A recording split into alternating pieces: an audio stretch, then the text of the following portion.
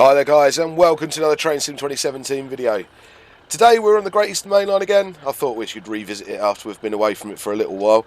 We are driving the Just Trains Class 153. We are in the Great Wrangler livery, which is the National Express white band on the side with Great Wrangler written on it. There is actually let me get a better view of that for you.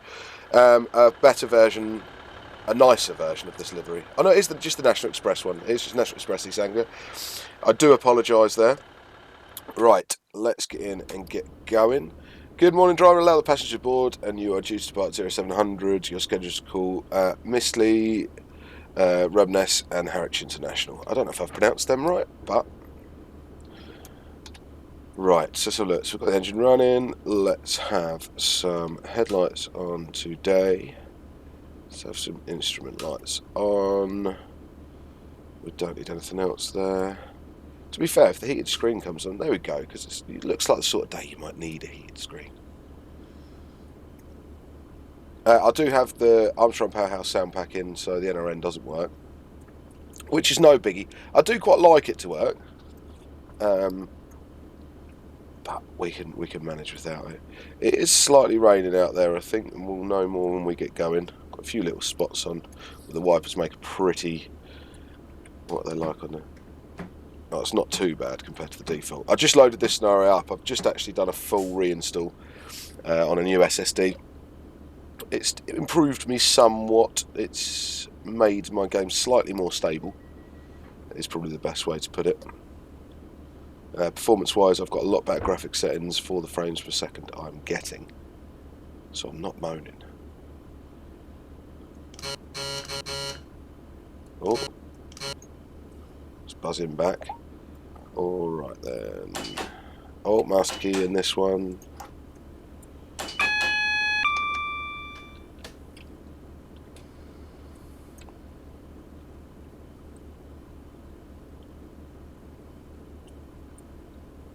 Hello?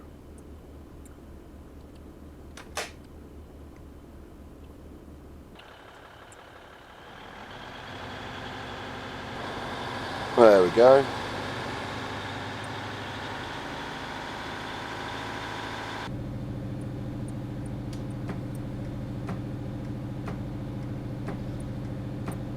I do have a little soft spot for a 153, if I'm honest. And the Just Trains version with the Armstrong Powerhouse sound pack isn't too much of an issue. Do we have... I think it's just wipers on or off. Yeah.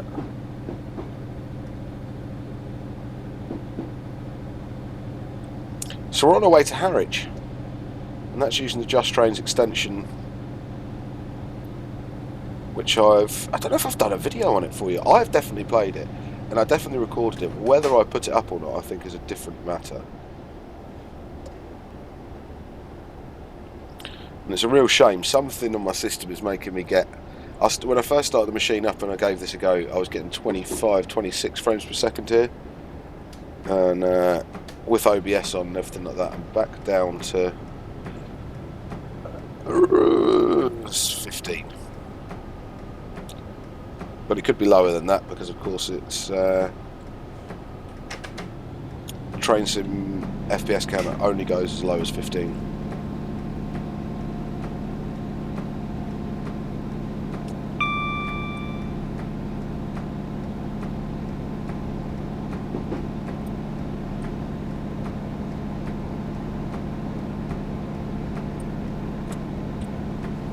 Summer never really helps, does it? With all those trees, and this route has a lot of trees.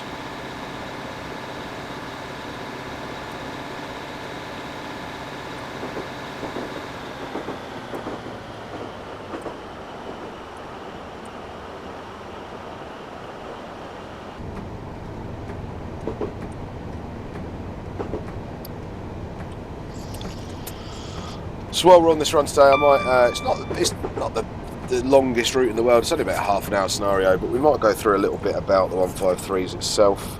I do have the manual in front of me. So again, this is the working instructions for the 150-2s, 153s, 155 and 156. So there are a few bits and pieces I can go through. If I remember rightly, we'd gone through cooling system the last time. The next section is brake isolation now. Actually, the whole lot of the next section is isolation of all sorts of things. And that was the book just touching the space bar there, not me.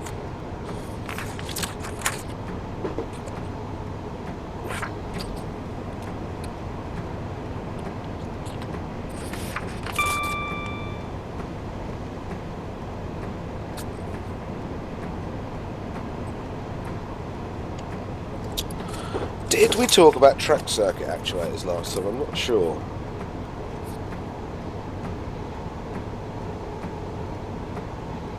This is pretty slow, this train.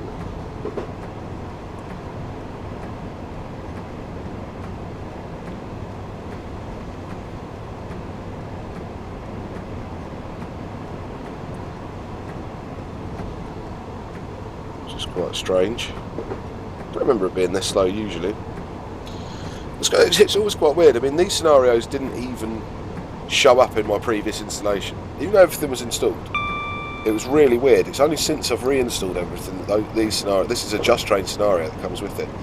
And what I quite like about it, actually, and yes, it's positive for me from Just Trains. I do like quite a lot of their stuff, just not everything. The scenario comes in two variants. There's a variant that has the Armstrong power, if you have the Armstrong Powerhouse 321, and there is a variant for if you have the DTG 321. I've gone for the Armstrong Powerhouse one, of course. I don't think I've got a repaint installed for the DTG one. In fact, I don't know of any repaints for the DTG one. It might be just that I've never looked, to be honest with you. So, more back to the 153 itself.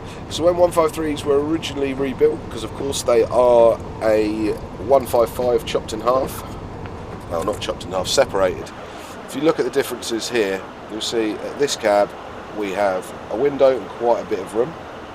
And then if we go to this end of the train, you'll see we just have the window and not very much room. So it's a dog box is what these were quite commonly referred to. Dog boxes, scuds, roller skates, you kind of name it. So this would have been the original driving end, and this would have been the original vestibule end. So you'd have had another one on the back there to make a 155. 155s had a bit of a troubled history. They weren't brilliantly reliable when they came in. There was lots of door control problems. A few other bits and pieces weren't brilliant with them. So basically, framey intensive, but it is the 321. In 1991, was it 1990? They were all sent off to. Oh, am I going to get this right? Off the top of my head, was it Barclays? Yeah, I think it was Barclays, to be turned into 153s, which was quite a clever move by British Rail at the time. They were all sent to regional railways. It would have been regional railways, they're not necessarily provincial, but they all came out in provincial livery, regional railways logos. When the 153s came out, there was another problem, which had also plagued most sprinters at the time, the 155s, not necessarily the 150s, but the 155s, the 156s, 158s to a point as well, and these. And that was about, they weren't being detected on track circuits. So the way signalling works is it passes an electric current through these two rails, and that is picked up by relay boxes that ends up going to the signal box, and they can tell which bit of track is occupied where. 153s are disc braked. Like a lot of stock of this era, it was the thing to do, it was the new in thing. And they were just going to put disc brakes on them. There was no tread brakes, so there wasn't a brake pressing on the wheel surface itself. And what happened with these was two different, slightly different things, from what I understand. During leaf fall season, the leaf mulch would get onto the wheel, and because it wasn't being scrubbed, it would build up and build up and build up. And basically, it goes like a black slime layer. Well, not slime, sort of like a polish in a weird way. It goes very thick, black, shiny material, and what that was doing was acting as an insulator between the loco and the wheels. Sorry, the wheels of the unit and the track. So therefore it wasn't being picked up on track circuits, which basically meant that it wouldn't have known it was a neck section. Lots of delays came from it. Yada yada yada. So what they designed was what we call track circuit actuators. And these are in 156s as well. So I'll go through what the manual says to them, and then you'll know an official description of what they are. So, introduction. With added safety in mind and a more positive way of assisting the units to activate track circuits, all of these units are fitted with track circuit assisters, known as track circuit actuators. I was going to say assisters, I've ever heard it called an assister. This equipment consists of an aerial, which is a copper tube, and associated electrical circuitry, mounted on the leading bogie of each vehicle. So that is on both bogies of this, of course, because it's only one vehicle. You'll check that the area is not damaged on preparation. Also, if an obstruction is hit, this again will need to be checked for damage. If damaged, this may require it to be isolated. So the track circuit isolator, slowing down a little bit too quickly, has an isolation switch here, around here somewhere. TCA, there you go, track circuit actuator, this one here.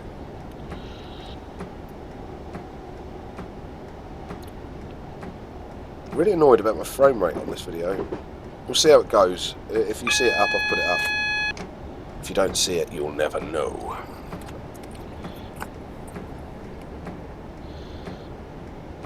So when the direction selector is away from off, electricity will flow through this tube, acting similar to a transformer, inducing the electricity to flow through the wheels and under certain rail conditions onto the railheads. Sparks may be observed by staff on the ground of passing trains. There is no need to report this. There is a miniature circuit breaker, TCA MCB, and also an isolating switch, sealed. In the event of the TCA MCB tripping in service, which is located behind the driver in the rear cab bulkhead, let me just watch my speed before we come up to this.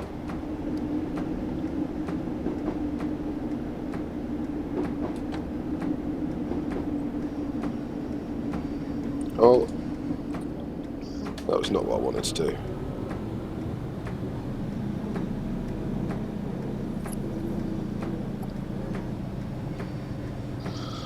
So it's on the rear cab bulkhead, located behind the cab on the vestibule cupboards are the TCA operative light blue and TCA fault red light sensors. These are operative when the direction selector is moved away from off. These are checked in preparation fault finding situations. So that sort of roughly explains what you'll be expecting from a track circuit actuator to do. So it basically induces a current down to the rails through the wheels, which means that the signal box can see where you are. This is us now on the branch up to Harwich. I was hoping for a slight frame rate improvement, but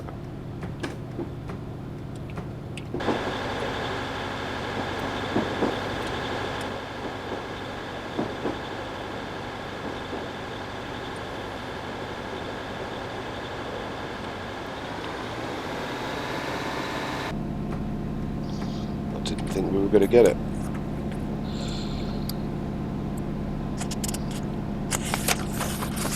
Let's have a look and see what else we've got. So yeah, track circuit actuators were relatively interesting for me.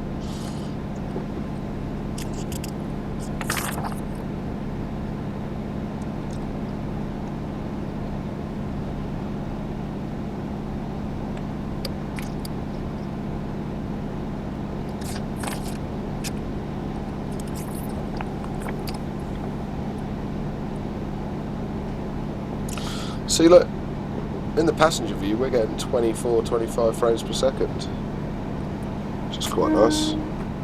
Sorry, I keep dropping the manual on the space bar.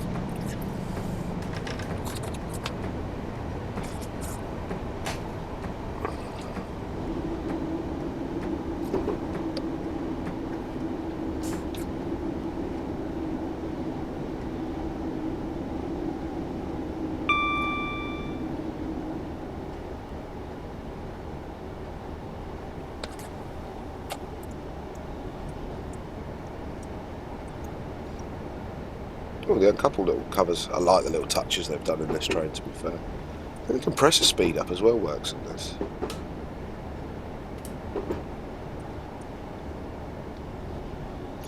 We'll try it when we stop.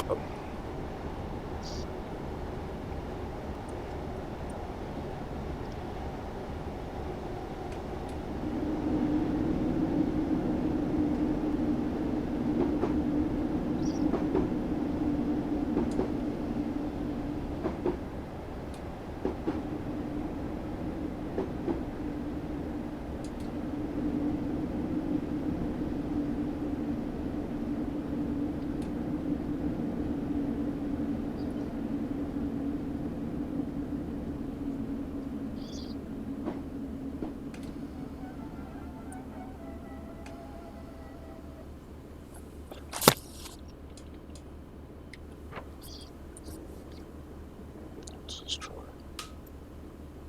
No, maybe it doesn't. I think it's only in the 156 then. It's weird switches in the 153, isn't it? I quite like them.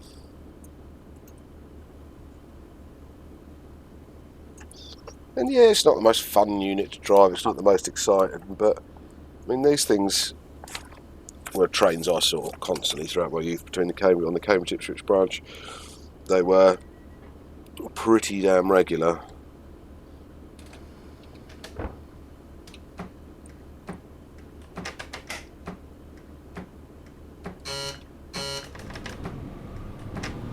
Oh, I didn't wait for the guards buzzer there, that was naughty. I think we've just even had a little bit of rollback. Uh-oh.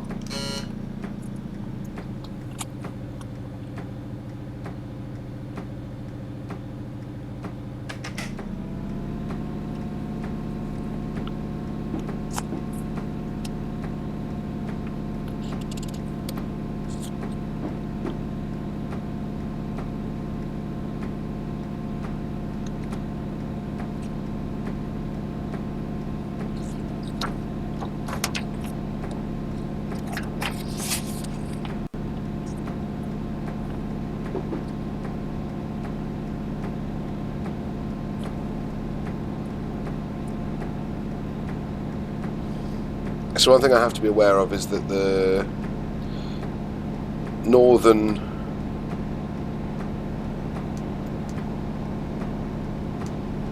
Class 153s have been modified slightly different to this. The cab layout is slightly different, so the NRN in the northern ones is actually here. I don't know where they are now actually, because I don't think Northern have got any 153s left. Oh no, they have. They definitely have. That was me being an idiot. And then all this switchgear, well, looks things is here, and all these buttons are where this switchgear is here.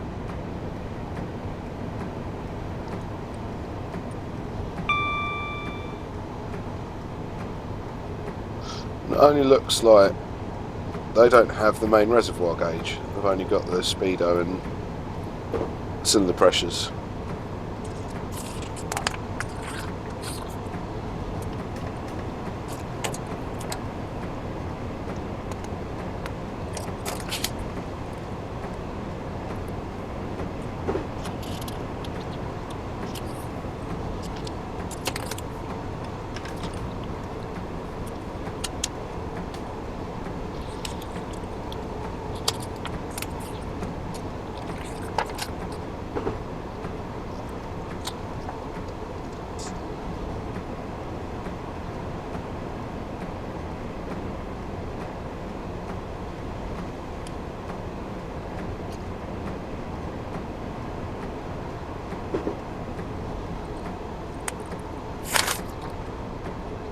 Should have really looked through this first for you guys, shouldn't I? But I didn't really get a chance.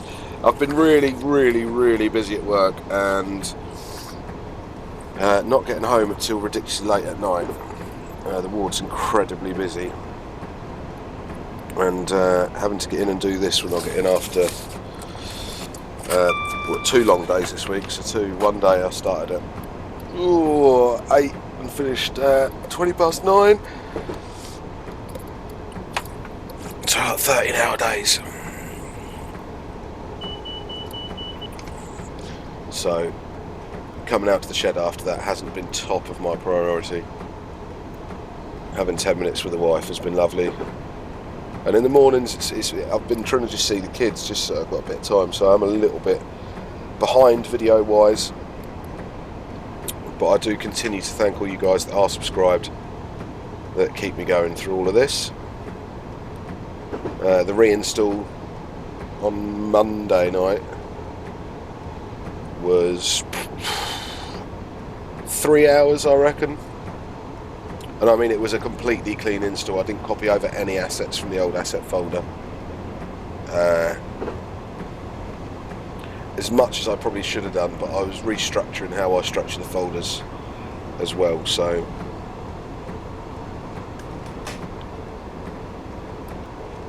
I'm still not completely there.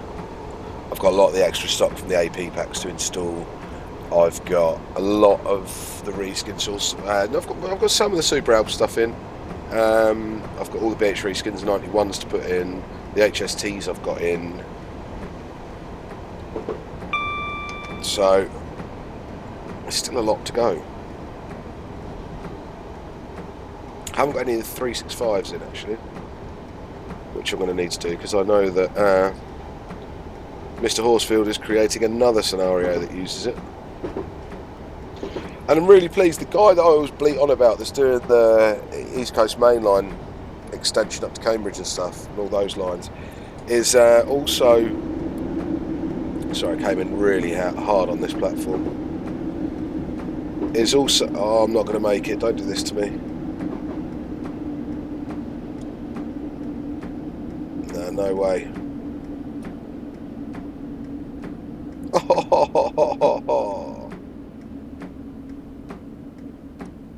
Yeah, no, it's giving me Harwich International. It knows I've missed it. Oh well, sorry Ravness guys, you ain't getting picked up or dropped off today. What was I saying? Yeah, Chris is doing another scenario at the moment that I think uses the 365, so I will be pleased to see that.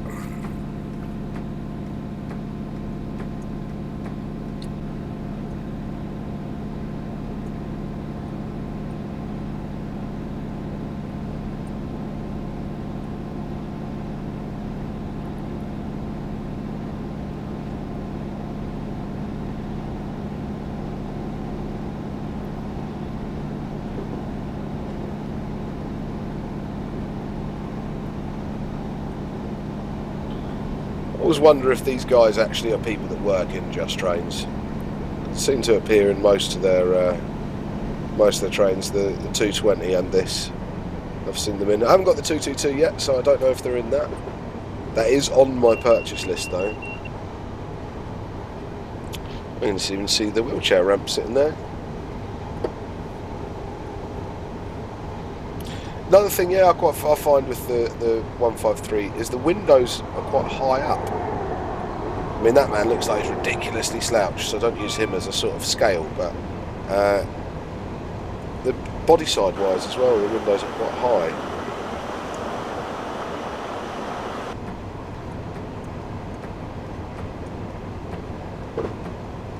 Some plant equipment up on that bridgelet.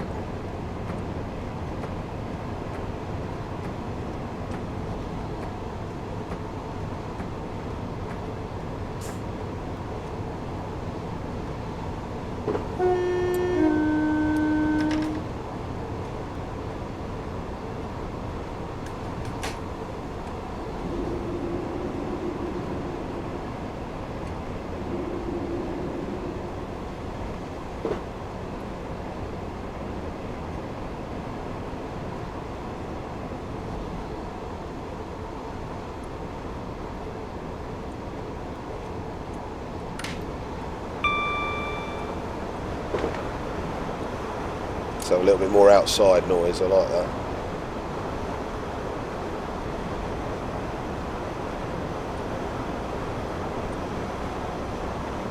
I think we do actually have, yeah, we can have, we've got the heater. Turn that back off now. Do we not have, is there not a cooling fan in the 153? Just a blower? I don't think there is actually.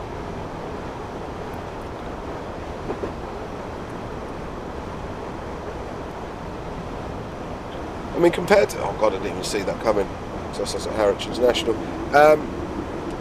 Considering this is probably... This is a pretty retro bit of kit now, the 153 Advanced.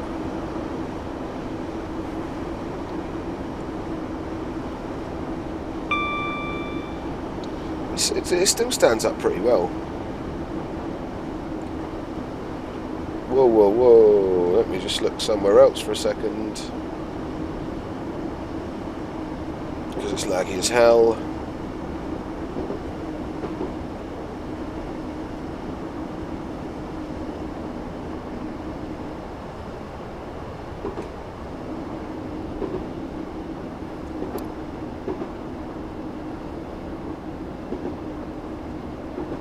It was a 360.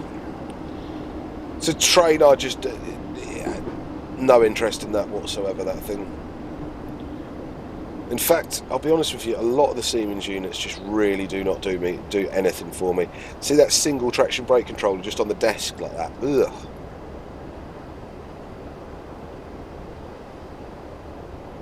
Reminds me of a tram.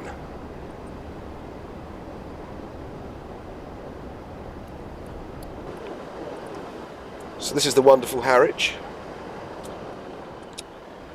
So some massive yards. You've got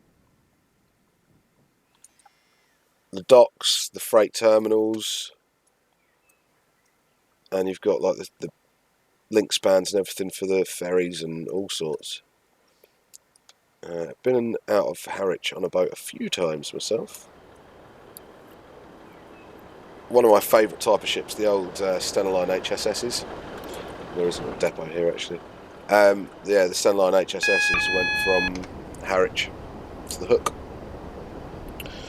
And we used to quite often, well, not quite often, we did it a couple of times, drive up here and then jump on the ferry as foot passengers over to the Hook for the day. Do things that you weren't allowed to do in this country and then come back. What I'd really like to see is there was a Dutch Railways liveried 321.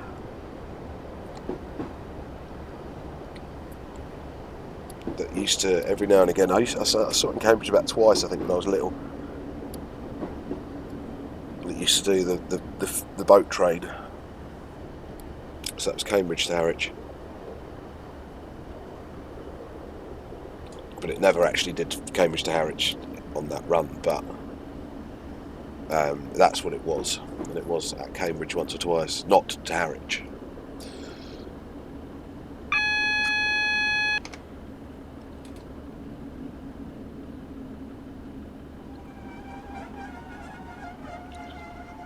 I'm pretty sure it did a Liverpool Street to Harwich service. The boat train from Cambridge, I think, tended to be 158 back in the day, if I remember rightly. Not sure, actually. This service here, in the scenario, has come from Lowestoft.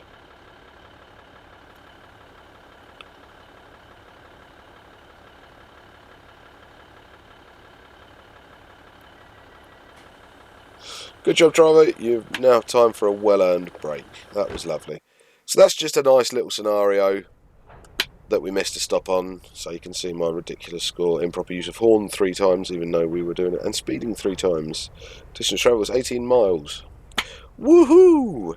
This is just a quick little video to warm me up for my next couple, guys. So if you have enjoyed it, please feel free to like, share and subscribe it. If you haven't liked it, I'm sorry. It's just my first one of the morning. And on that note, guys, I'll catch you soon.